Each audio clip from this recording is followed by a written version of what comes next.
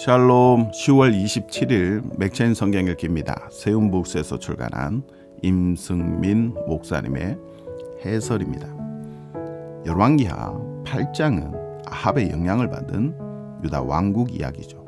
본문에는 몇 가지 이야기가 섞여 있습니다. 첫째는 수넴 여인이 엘리사에게 또 한 번 도움을 받는 이야기죠. 둘째는 아람 왕궁의 왕위 찬탈 이야기입니다. 엘리사는 하사엘이 왕이 될 것인데 이스라엘을 학살할 것이라며 슬퍼하죠. 셋째는 아합 가문과 결혼한 유다 왕들의 타락 이야기입니다. 아합의 딸과 결혼한 여호람은 여호와 보시기에 악을 행하죠. 아합의 딸을 어머니로 둔 아하시아도 아합의 집과 같이 여호와 보시기에 악을 행합니다. 악을 허용한 결과가 얼마나 크다란지는 앞으로의 역사가 계속해서 가르칠 것입니다.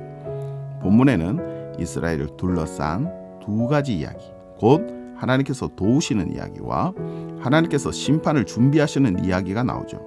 하나님은 수넴 여인과 같이 이스라엘을 도우실 수 있습니다.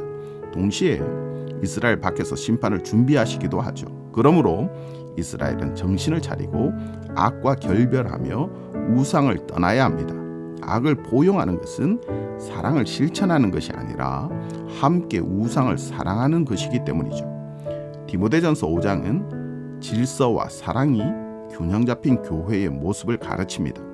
바울은 디모데에게 교회 안에 있는 다양한 성도들을 어떻게 목양할지를 말하죠.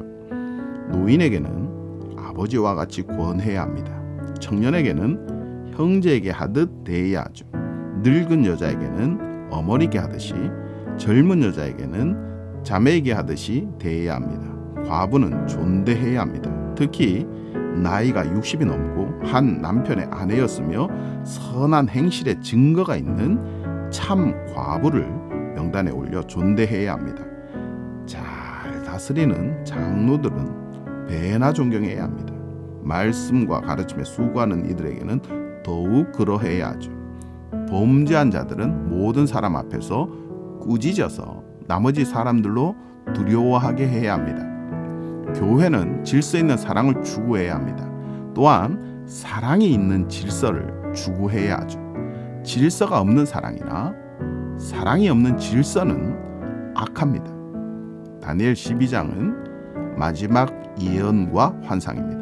마지막 날에는 큰 환란이 있을 것입니다. 그때는 구원받은 사람도 있을 것이고 수치를 당한 사람도 있을 것입니다. 이 예언 후에 두 사람이 나타나죠. 두 사람은 서로 대화를 하며 이 일이 언제 일어날지를 말합니다. 두때 반 그리고 1315일이라는 시간이 나오지만 그것을 정확히 계산할 필요는 없습니다. 마지막 날이 반드시 올 것이고 그때에는 큰 환란이 있을 것이라는 정도만 알면 됩니다. 중요한 것은 그 다음 교훈이죠.